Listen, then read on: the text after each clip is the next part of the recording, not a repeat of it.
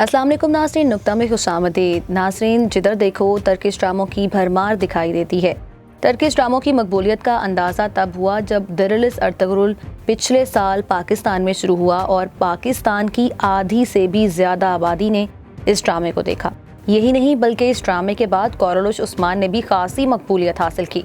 दिरिलिस Ertugrul और कोरोलुश उस्मान की मकबूलियत के बाद तुर्की ने निज़ाम आलम के नाम से एक सीरीज़ शुरू की। ये सीरीज़ भी दिरिलिस और कोरोलुश की तरह हकीकत पर मबनी है। इस सीरीज़ में सल्जोक सल्तनत के उरूजो ज़वाल के बारे में बहुत ज़्यादा तफसील से दिखाया गया है। सल्जोक सल्तनत 11वीं सदी से 13वीं सदी तक कायम रही और सल्जोकियों ने 300 साल अनातोलिया पर हुकूमत की। इसके बाद सल्जोक सल्तनत का शरासा बिखरना शुरू हो गया। नाज़रीन, कहा जाता है कि सल्जोकियों को कमज़ोर करने में सबसे बड़ा हाथ मंगोलों का था। और नाज़रीन, इसी सल्जोक सल्तनत का जिक्र आपने दिरिलिस अर्तुगरुल में भी सुना होगा। उस्मानी सल्तनत से पहले उस खत्ते में सल्जोकियों की हुकूमत थी और ये ड्रामा उसी सल्तनत के बारे में बनाया गया है ताकि लोग तुर्की की तारीख को जान सकें।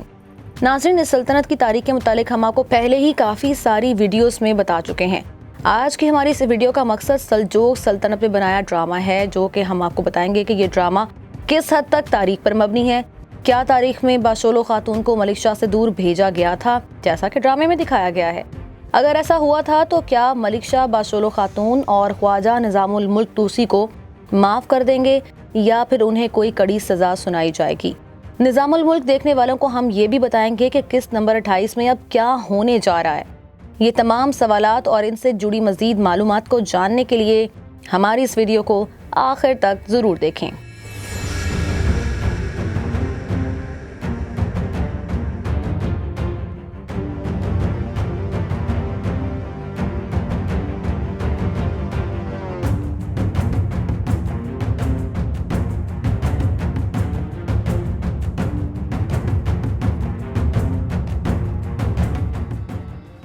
नाज़रीन, सबसे पहले बात कर लेते हैं बाशोलो खातून की। यहाँ हम अपने नाज़रीन को एक दिलचस्प मालूमात देते चलें कि बाशोलो खातून का नाम सफारिया खातून था। सफारिया खातून मलिक शाह की मोहब्बत थी। मलिक शाह सफारिया खातून, जिसे आप बाशोलो के नाम से जानते हैं, उनसे बेपनाह मोहब्बत करते थे। सफारिया खातून एक रकासा थी, तारीख में ये बताया जाता है, और इसी वजह से उन्हें इतनी अहमियत हासिल ना हो सकी जितनी की मलिक शाह की दूसरी खानदानी बीवियों को हासिल थी। अल्परसलान की वफात के बाद जब मलिक शाह सुल्तान बने तो सल्जोक सल्तनत के वजीर खास ख्वाजा निज़ामुल मुल्क तूसी ने सफारिया खातून को समझाया कि वो मलिक शाह की जिंदगी से अलहदगी इख्तियार कर लें। उसकी बड़ी वजह सल्जोकियों की इज्जत थी। सफारिया खातून का मलिक शाह के साथ रहना मलिक शाह और उसकी इज्जत के लिए खतरा था। मलिक शाह जब जंग से वापस आए, जिनमें उनके वालिद अल्परसलान शहीद हुए थे, तो उन्हें बताया ये जाता है कि सफारिया खातून एक जासूस थी, जिस वजह से उन्हें महल से निकाल दिया गया है।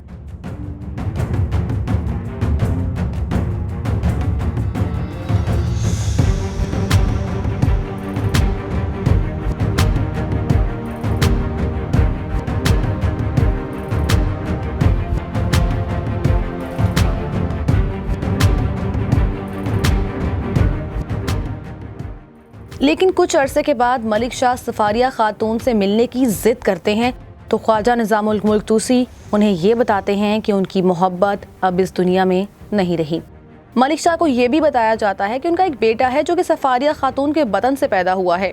मलिक शाह अपने बेटे को देखकर ख्वाजा निज़ामुल मुल्क तूसी के हवाले कर देते हैं, जबकि हकीकत में ख्वाजा निज़ामुल मुल्क तूसी रियासत के भले के लिए सफारिया खातून को समझाते हैं और इस बात पर आमादा भी कर लेते हैं कि उसकी और उसके बेटे अहमद संजर की देखभाल वो खुद करेंगे। और यूं एक मुआहदे के जरिए सफारिया खातून को मलिक शाह से दूर कर दिया जाता है, जबकि दूसरी जानिब मलिक शाह को सफारिया खातून की मौत का यकीन दिलाने के लिए सफारिया खातून की एक झूठी कब्र भी बनवाई जाती है। इस तरह मलिक शाह को मुकम्मल यकीन हो जाता है कि सफारिया खातून का इंतकाल हो चुका है।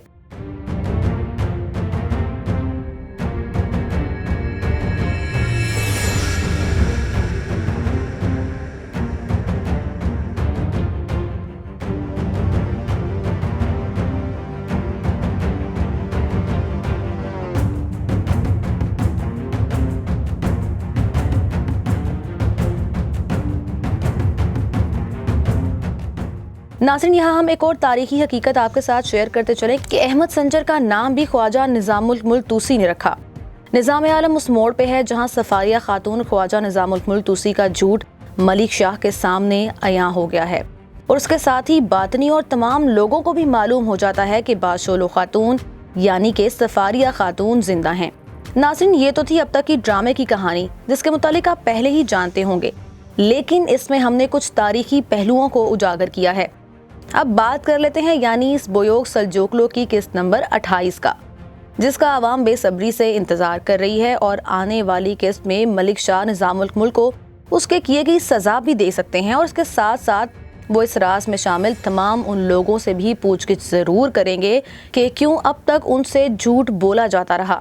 अगर हम तारीख के हवाले से बात करें तो निज़ामुल मुल्क तूसी को एक मरतबा अपने ओहदे से खारिज भी किया जा चुका है, तो ये मुमकिन है कि सुल्तान मलिक शाह निज़ामुल मुल्क को सजा के तौर पर उनके ओहदे से हटा दें, या ये भी मुमकिन है कि मलिक शाह ऐसा ना कर पाएं। इसकी वजह मलिक शाह की बीवी जुबैदा खातून, सफारिया खातून और अहमद संजर होंगी।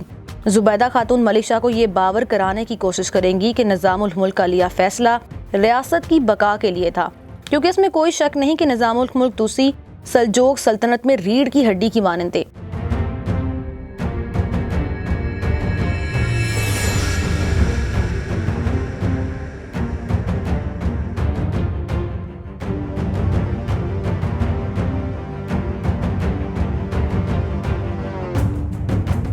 लेकिन नाज़रीन, अगर मलिक शाह के गुस्से की बात की जाए तो इस वक्त मलिक शाह का गुस्सा बहुत उरूज पर दिखाया जा रहा है।